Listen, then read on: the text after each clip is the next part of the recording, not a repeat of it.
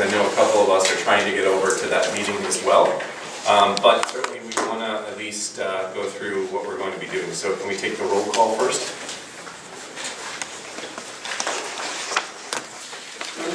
Member Gunter? Here. Member Utrecht? Here. Member Sturman? Member Holthouse? Member Tripp? Member Rambo? Member Archeski? Here. Member Galtney? Here. Councilmember Grignani? Here. Councilmember Edens? Here. Councilmember Remy? Here. Councilmember Farmer? Councilmember McCutcheon? Councilmember Boak? Councilmember McCune? Councilmember Garetano? Now you can see.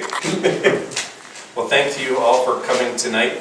Has everyone had a chance to take a look at the minutes from the January 22nd meeting? Motion to approve. Okay.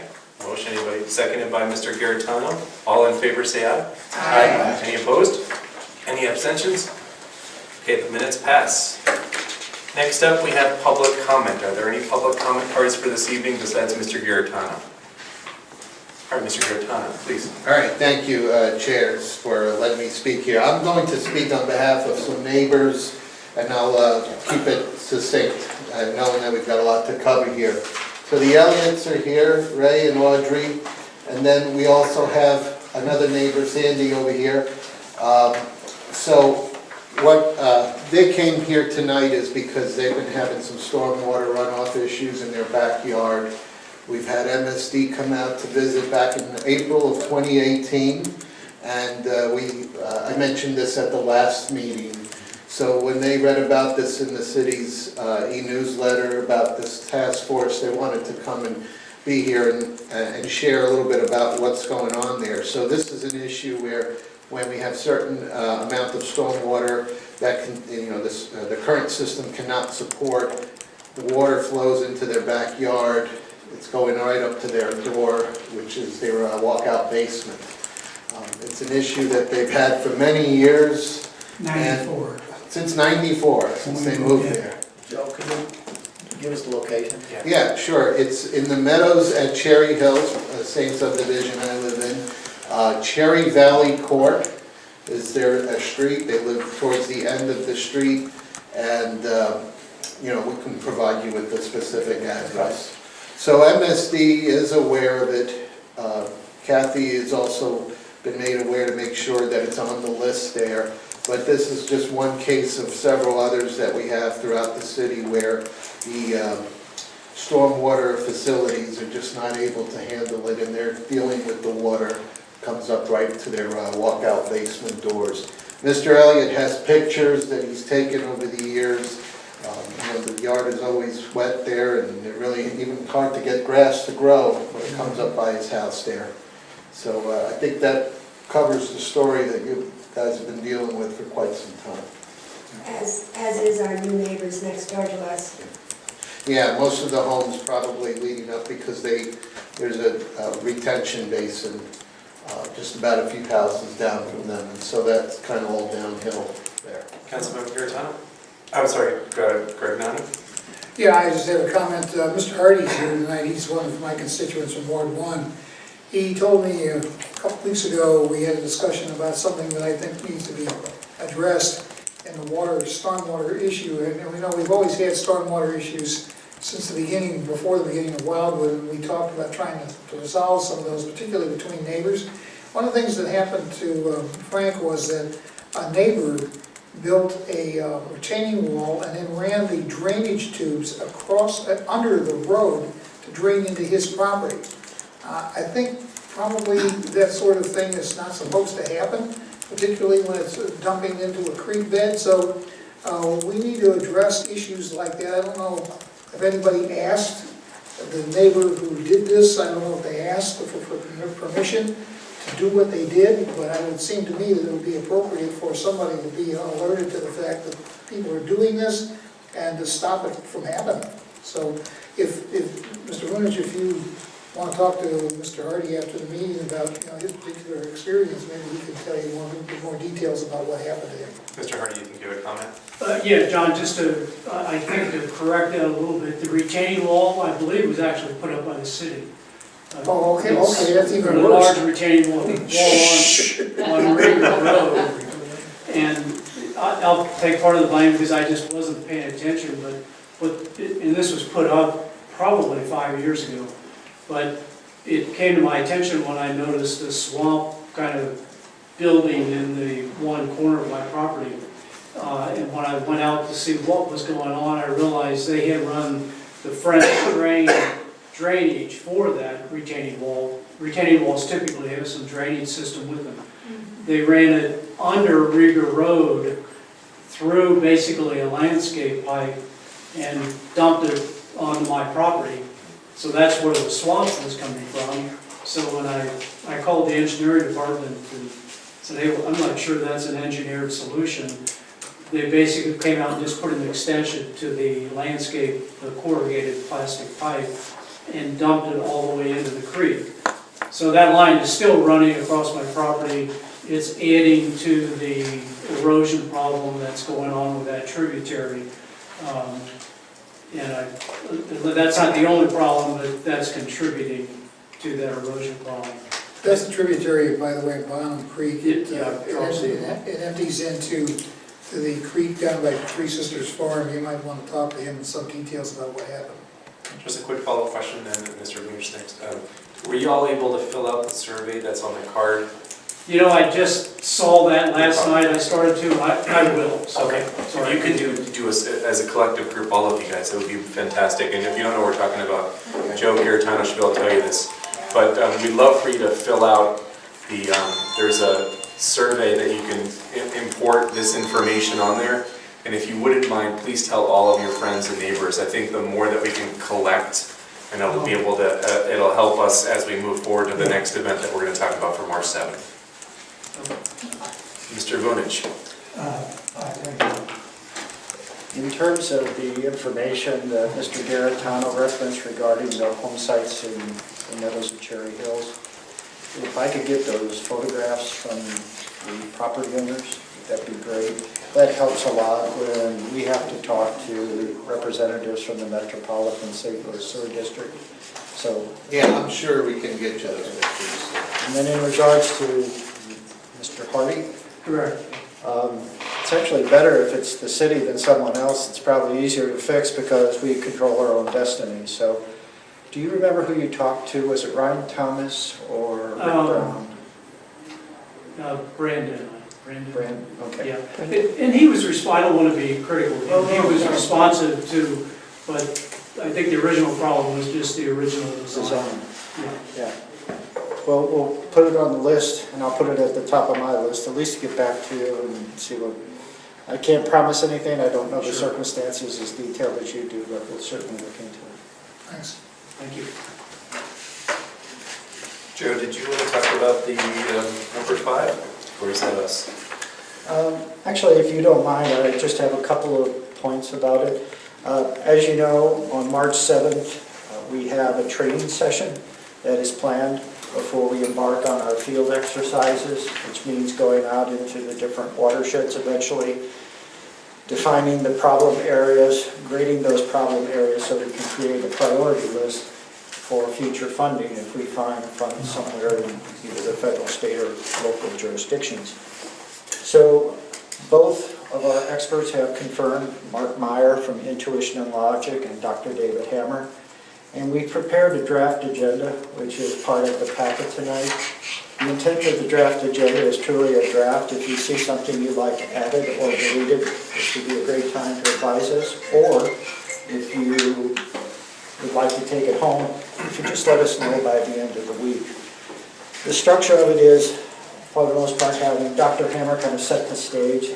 He's been in the city of Wildwood for 25 plus years, so he understands the problems from basically 1995 till now.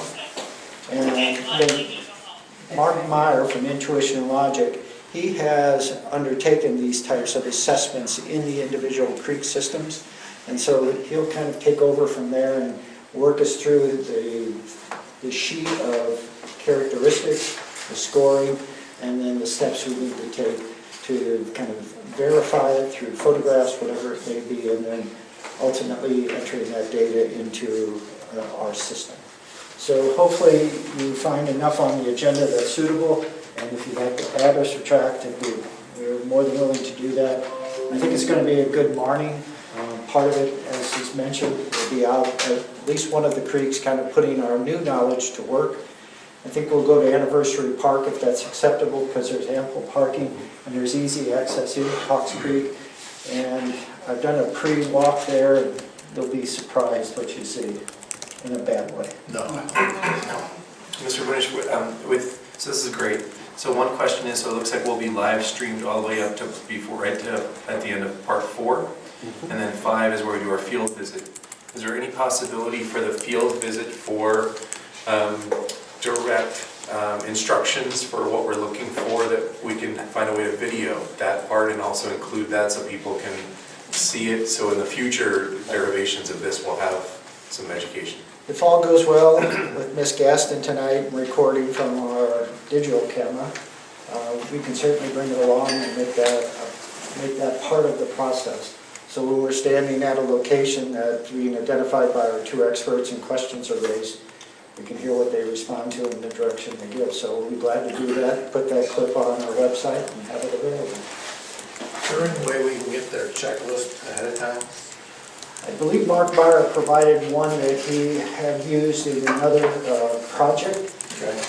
I will contact him tomorrow and make sure that's what he's going to provide on March 7th. If it is, I'll advise. If not, I'll ask for what he is planning, and I'll get it to you as quickly as I can. Okay. And then for the city perspective, have you received any responses of citizens coming to that? And 2, what's our projected placement on social media and our website to see if, just to, not an RSVP, but just maybe sort of gauge if there's more people coming and invite as many as possible? Well, we've been promoting it. Kathy Arnett and Travis Newberry have been promoting it on our social media, as I recall. Yes, we haven't boosted or anything, which we will do. Kathy, do you want to? No, it's fine. The door sticks, so I'm staying back here as the bouncer to make sure that everything's open. This is very Berkeley 1970. I'm sorry, it's a little unprofessional. I'm sorry, and I was worried you were uncomfortable. I won't be able to get out in a couple hours. It's fine. harder to get in, but it's even harder to get out. So no. And we have it on the section of the website that's on our Watershed Erosion Task Force, and I started promoting it in the newsletter last Friday. The boosts are inexpensive, and we found them to be very effective when we do it for recreation events, so we hope we're successful. And we've talked to a lot of people, just the people that have called Terry and Kathy with the erosion survey. We've always advised them that we are going to have this training session. So hopefully we'll have a good group. Obviously, the more the merrier as far as I'm concerned. If we need to move into the council chambers, that's what we'll do. Do you know if Carol came up with anybody to actual video? She said She did not. They were unable, the equipment was going to be in transport that day, and so they're unable to do it. We also have in your packet a letter prepared to the trustees, and that will go to 500 households, and it specifically invites them to that Saturday event as well. If there's no objection, would anybody, would it be acceptable also for us to let the local Boy Scouts, Girl Scouts that may get a merit badge by trying to do something like this to be able to come and send an email to those leaders that come and do the flags at the council meetings? There's a gentleman that comes to all of our Wildwood Celebration Commission meetings, Ken. He kind of orchestrates the Boy Scout experience at the Celebrate Wildwood event. We'll contact him tomorrow and see what he thinks. Thank you. I gather from our efforts over the last few years with Celebrate Wildwood, there's quite a bit of lead time with things they do, but we'll do our best to see if they're interested. Tonight also, as part of our agenda, we did want you all to review the trustee letter just to make sure you found it acceptable. Kathy and I try not to be too wordy, but we want to give them enough information to pique their interest and at least say, hey, this might be interesting, and we're going to participate, or at least get it out to the people they think might be interested. So that's also an item for consideration. My concern with the live stream is it's not always reliable. The good news is we record it, and the recording is reliable. So if we do it on Saturday, we have issues. Monday it's posted and it's recorded, and it's actually, we've had more success there than with live stream. Because I think the intent of recording this was to show it to future people instead of having to have Mark and Dr. Hammer come back. No, we failed, at least the staff to this task force, if we don't get that on film, on card, on the website, so it can be used in the future. Because you can't always see the screen. They're showing, pictures of stuff, and you're sitting watching live stream, you really can't see that. I've got a video editing program. I could edit in pictures and stuff if we can get their slide presentation. Well, certainly, since we're both are engaged under contract with the city, we can ask for those presentations and add those to the website, and if you wanted to do some editing, that's fine. Whatever's the most effective tool, we're not going to stand in anybody's way. There's a software tool, I believe it's called Integrity. I'm trying to remember from graduate school, but it's essentially what you're talking about, which is where you have the audio of the presenter, but you have the full slide presentation. You can see the mouse move, and then it changes. So maybe it's just a matter of recording it on that type of program. My experience, I hope we're in the community room, it's better than the council chambers. The lighting on the wall behind the dais is terrible for the video. And the community room, I'll do my best. I'll talk to Julie and Jacqueline, who's kind of our expert in-house on the video equipment. If we can focus that camera, maybe not so much on us individually, but on the screen itself and the presenter. I don't think you can. Can? No, the way it's designed and set up, the camera does not get the full, it's meant to be on the people speaking, it's not meant to get in the community room. But we'll double video, and like you said, we can kind of add in some documents after. We'll do the best to manipulate it, but I just don't want you to have high hopes, because I think it'll be a partial view, not a full view. Worst case scenario is that we can have Dr. Hammer and Mr. Mark Myers. I've got a couple programs that they can use, including Zoom and some other Sana, where they can give their presentation and I can record it in real time. And they can just do it in a quiet room, one-on-one, and then there'll be a camera on their computer right after. I don't see them objecting to it. Again, it's all part of the contract. I didn't define their services to specific things. I said generally speaking. So hopefully that'll work out. Any questions about the March 7th event? Does everybody think that they're able to make it? So around 8:15 or so, we'll have a light breakfast from bread company, bagels and Danish, things like that, coffee, juice, water, and soda. And then we'll start promptly at 9, hopefully. And then I'm hoping by about 10:30, 11:15, we'll head out to the creek and spend the hour or so out there in the field.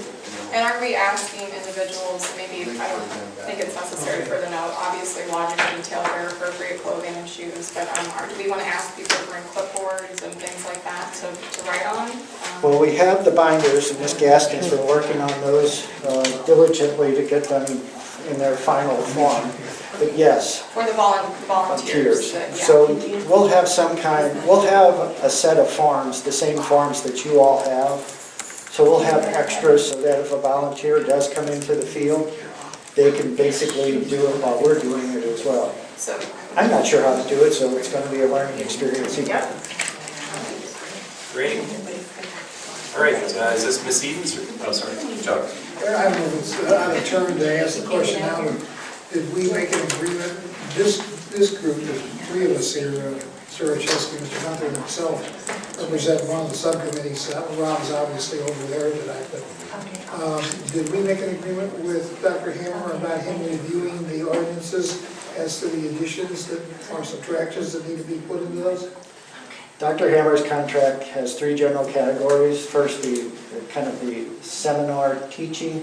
Secondly, some field work. And then thirdly, and probably as important as any of the other 2, to review our ordinances. Okay, thanks. Would, it's just that point, John, I think it's a great point. Do you think it's possible for Dr. Hammer, is he coming in that morning or is he here the night before? I don't know yet. I put out a call to him today just to get the logistics squared away so I could answer questions as Sure. they came up. I did not hear back from him. But again, Ms. Edens, a couple representatives from MSD and I were out in the field. I talked to Dr. Hammer afterwards. He was surprised we were able to get him out there, but he did commit again, and so I'm confident it'll be good. So there's a reason why I'm asking that question is because if feasible, if Dr. Hammer was amenable, it'd be great to see if maybe he could schedule a 7:30 to 8 to 8:30 with the two subcommittees and have a small private meeting before our meeting. That way we can get him in real time. Is that something you guys would be interested in doing? Or even after, if you can't do it. Sure. You know. That's an excellent suggestion, and I'll ask him if he'd like to come on in. He could certainly stay at Wildwood Hotel and be available early in the morning for anything we need. Is that okay? Is that reasonable? Yeah. Yeah, Okay. absolutely. All right. Is it Miss Edens or is it Kathy? You're talking about the lawn and garden summit? I was going to let Miss Edens go after it. Bless you. Thank you. Last night at Economic Development, we did approve a plan that now the staff knows exactly where the tent will be.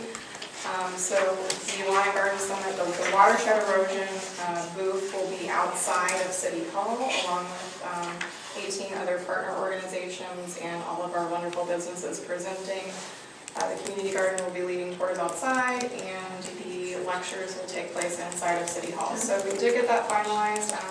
Kathy and Carolyn and I emailed each other, and so it looks like we're all squared away, but there'll be material to give out. There'll be a sign that kind of announces the booth. People tend to walk up to something that they're kind of already interested in, and it'll be a great chance to try to get some volunteers for the future. And what we've kind of done with this event is to make sure that our mission is overlapping, so that if someone's concerned about their garden runoff, then we want whoever is manning that booth to say, you know what, go talk to Pavilion Perennials about plants that absorb stormwater runoff. So we're going to try to make sure that we're all the time pointing each other in the right direction. So there's another booth, you know, here's an issue with invasive species, we can say go talk to the creek booth, and they'll tell you about why it's important to get off your creek bed, and then go to this lecture which explains how to remove it, and then go to this booth which will sell you things to replant instead. So we're trying to get everybody to kind of think holistically. Encourage you guys to come. MU Extension is collecting soil samples for an additional $25. That got added. The beekeeping group confirmed after the stuff was printed, so there'll be honey samples and maybe a hive if it's not too cold available for questions. If not, we'd encourage you to attend and to spread the word. And we'll have a stream table courtesy of Mr. Rochester. Yes, thank you, It's Rick. not exactly the one I want, but Fair enough. And the Department of Planning, I think, took the initiative and will be handing out saplings from the Department of Conservation. Oh, Yes, great. I forgot that. Wow. great. Yeah, And we asked them for those that like water and hold creek banks in place. Great. how did I forget that? And the county park system is doing some children's events, so there's coloring and pine cone bird crafts and things like that. So there's a little bit of stuff for everybody. That's fantastic. Thank you. That's great work. So we'll go on to the next thing in the matrix, but before I do that, just in the agenda that you had for March 7th, maybe that might be something of interest would be, I don't know if any of the subcommittees have updates tonight, but maybe what we could do is before we go to the field visit, in between number 3 and number 4 on the agenda, maybe we could just actually just have each of the subcommittees just present for 5 minutes on their subcommittee to the public that are there so they can understand exactly the breadth of what's going on in this outside of even just doing the field visits, including some of the work that the folks that are working on with the potential codes and also relationships to potential funding. And that way the public can see that in real time. Appropriate. Is there any objection to doing that? Consider it done, sir. Okay, review of the task matrix. Kathy, Terry, and I put together a matrix to kind of help us keep a scorecard on the successes we have and where we may be a little behind where we thought we might be. It's a format we're using with our Town Center update team, and it's not something you all as task force members directly, but we hope you find it beneficial.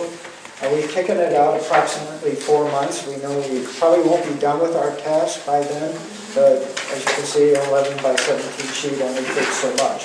But It's there to show what we've completed, what's ongoing, what's in progress, and some timelines associated with our next series of meetings. If there's any questions, Kathy, Terry, and I'd be glad to answer them at this time. That's great. Just, do we have an end date for when we would like to have the results from Dr. Tanner regulation review? I mean, do we have a I would probably defer to Dr. Gagnani or members of the ordinance review. Can we like,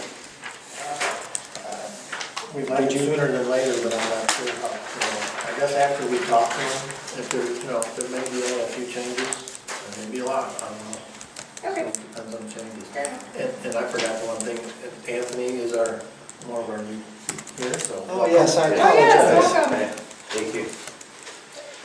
We're not usually that rude. We No, you're fine. But we're trying to kind of keep things moving. I introduced myself at the beginning, so, John?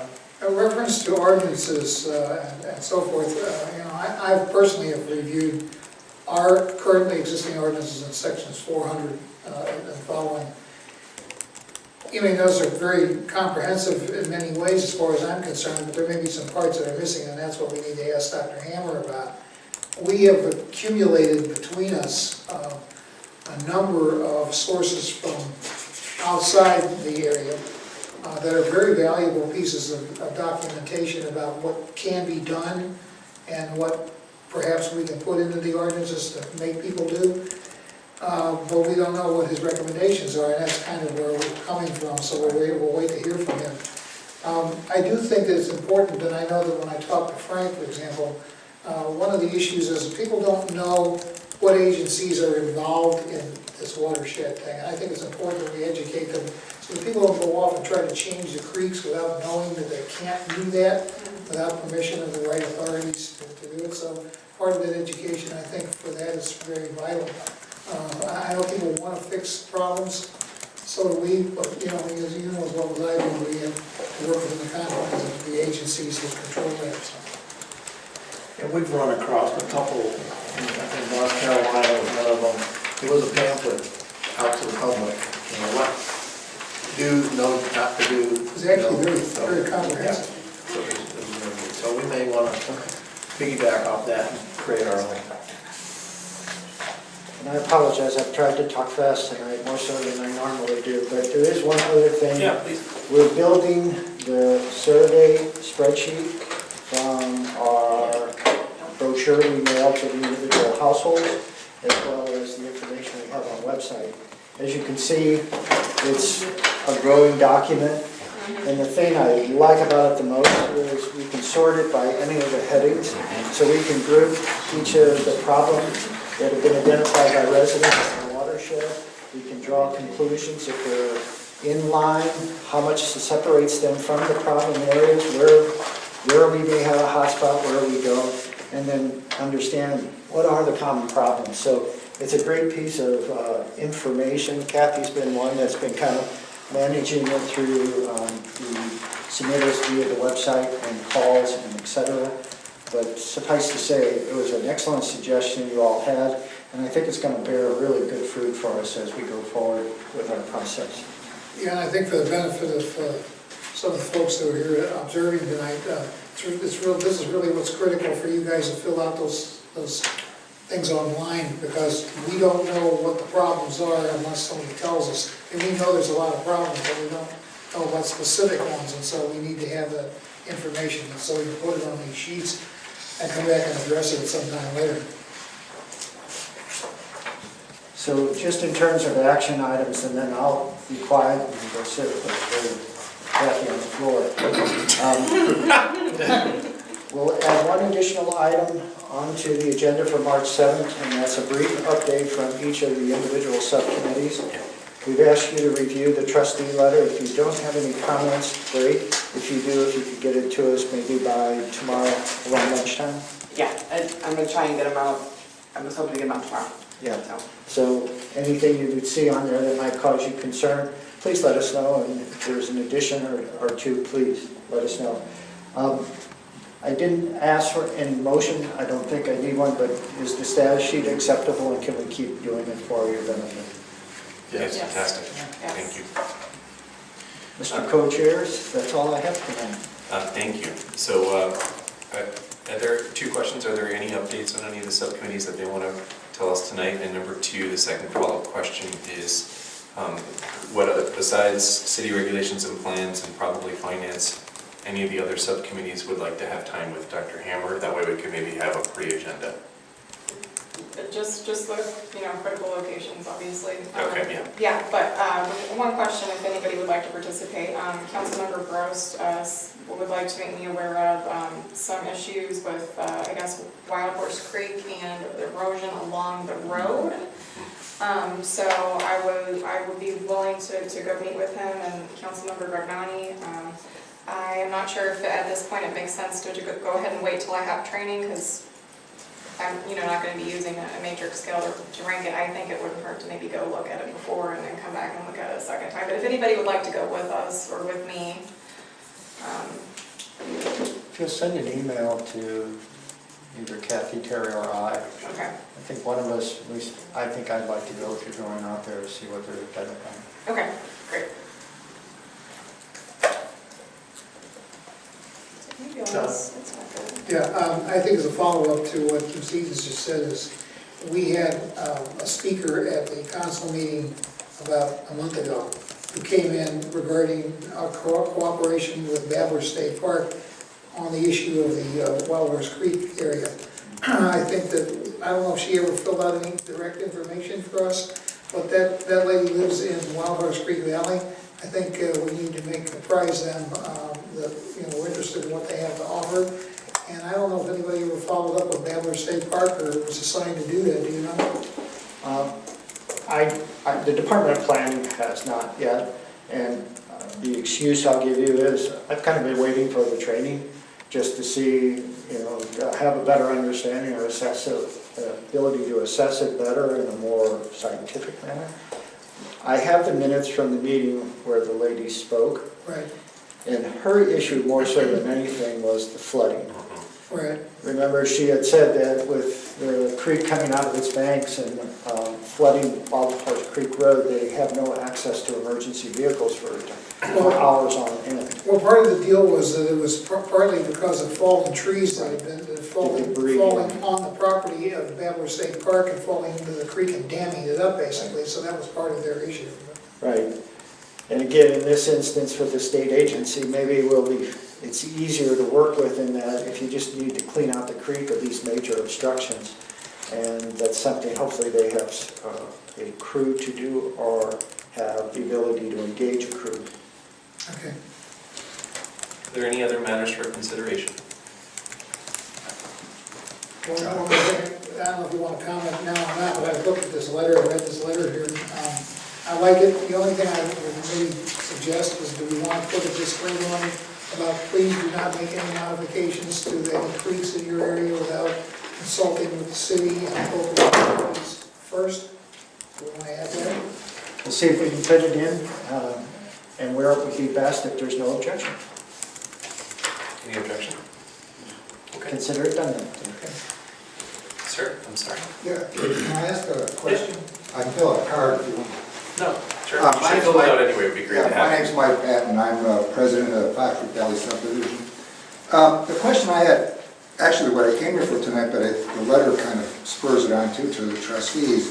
If problems are identified in subdivisions that have private streets,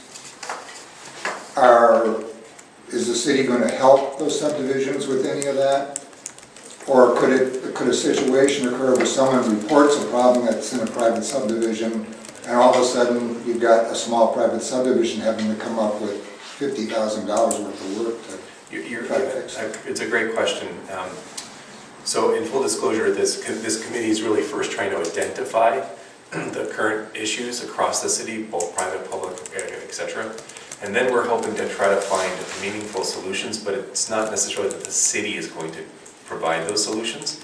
We're going to be trying different ways to try to help members in the community. So the answer to your question is that we don't have any planned financial plans moving forward to fix any of these problems up front. But we're going to try to find ways to do that with some of the different ways that our finance committee is looking into this with potential grants, or some of the other utilities, etc. So I don't have an answer, but I know it sounds like a politician's answer. The first step for us really is to identify the gravity of the problem and then figure out if there's strategic ways that may be able to help things downstream, upstream, that may have benefit for different locations sooner than later. Is that an appropriate answer, you think? Yes, Mr. Patton, at this stage, don't be deterred, submit the problems Please. regardless if it's on a private subdivision, off a private street, we want to know it all. Because one of the options we're looking at is something called a park and stormwater sales tax that's collected in the city. It can be anywhere from 1/4 cent to a cent. And if we generate that pot of money for stormwater purposes, it can be spent on private or public property. So we want to know the sites. We need to know the sites because that's really going to help us be able to demonstrate this to funding groups, etc. Mr. Eric Dunn. Yeah, I think, Mike's, I've known Mike for years, he was involved back in Cartridge, haven't seen you for a while, good to see you. But, you know, there's a lot of moving parts to this. Not only do we need to know what's wrong, we know a lot of things that are wrong, but we don't know all of them. And so, as Dr. Remy has indicated, we're trying to put that information together. The big issue here is, we know a lot of things that we can do, but we're subject, the city is subject to the same controls by agencies like the Army Corps of Engineers, you know, who control navigable waterways. So we have to do what they kind of let us do or they tell us to do. And then the biggest issue is money. And that's always the issue, right? It's money. And so trying to come up with the cash to be able to do some of these things is not going to be easy. And that's one of the other issues we're working on. We have a subcommittee that's zeroed in on trying to come up with some cash somewhere to do this. And then Joe has indicated that we'll work on maybe presenting to the public a tax that we could put on sales tax. We could collect that money and earmark it specifically for these projects to fix them. Well, we as a subdivision, we've spent just since 2018 about $75,000 on just cleaning, repairing, replacing culverts. We've got about 40 culverts in our streets.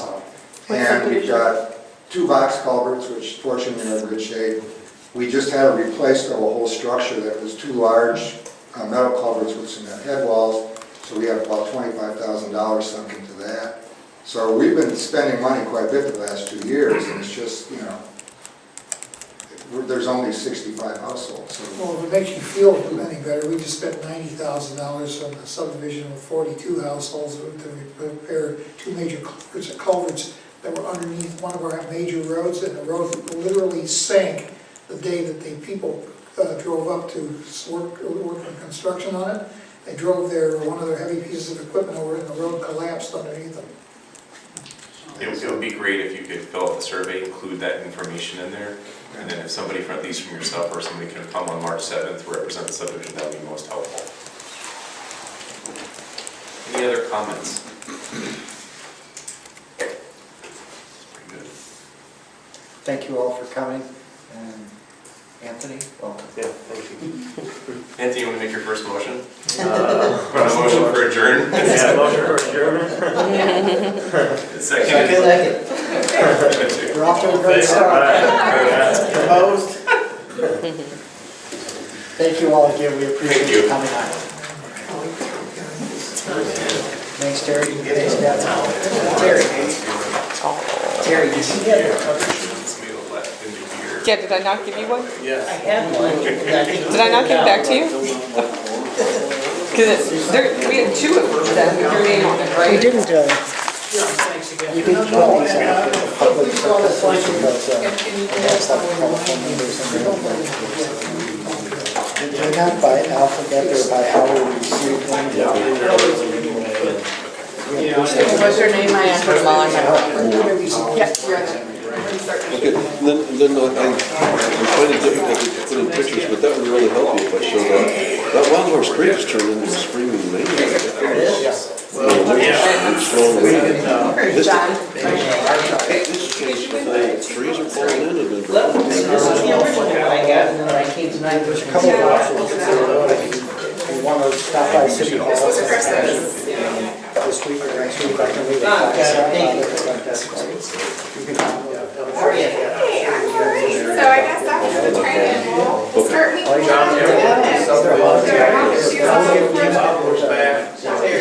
I would say, The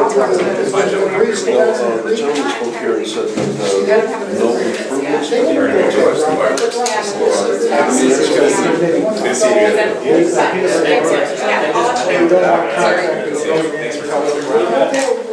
Thank you very much. Nice to meet you.